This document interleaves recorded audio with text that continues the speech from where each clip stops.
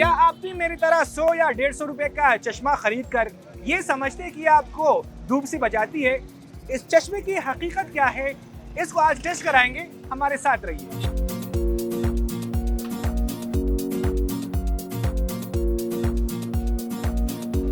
अस्सलाम वालेकुम।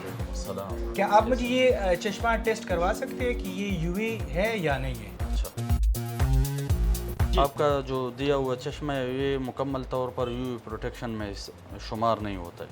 अगर आप धुएं के लिए, डस्ट की से सेफ्टी के लिए इस्तेमाल करें उसके लिए सही है। अगर आप as a UV ultraviolet rays से प्रोटेक्शन के लिए ये इस्तेमाल करोगे तो उसके लिए ये बिल्कुल क़तन ठीक नहीं है। तो कस्टमर को चाहिए कि गली कोचियों से ग्लासेस न ले, जहाँ से आपको यूवी प्रोटेक्शन मशीन मिले। ख़रीदार को चाहिए कि दुकानदार को कहे कि मुझे ये टेस्ट करा दें।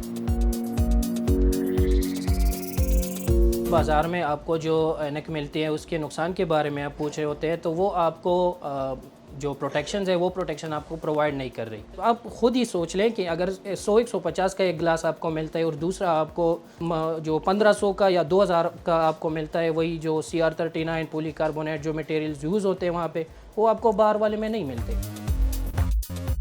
देखिए, सिर्फ काला रंग यानी ब्लैक कलर सिर्फ ये महफूज नहीं है, और वो प्रोटेक्शन सिर्फ आपको कलर से नहीं मिलता। उसके लिए आपके लिए पोलराइज ग्लासेस मिलते हैं या फोटोक्रोमेटिक ग्लासेस मिलते हैं, वही आपको लगाने पड़ते हैं।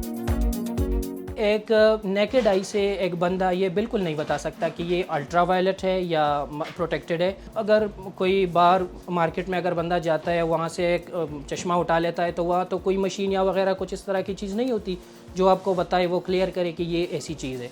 तो अल्ट्रावायलेट प्रोटेक्शन के लिए मशीन की ज़रूरत होती है। वो आपको जस्टिफाई करता है, आइडेंटिफाई करता है कि जी ये अल्ट्रावायलेट है, ये पोलराइज्ड है, ये फोटोक्रोमिक है, ये वगैरह सब कुछ आपको बता देता है।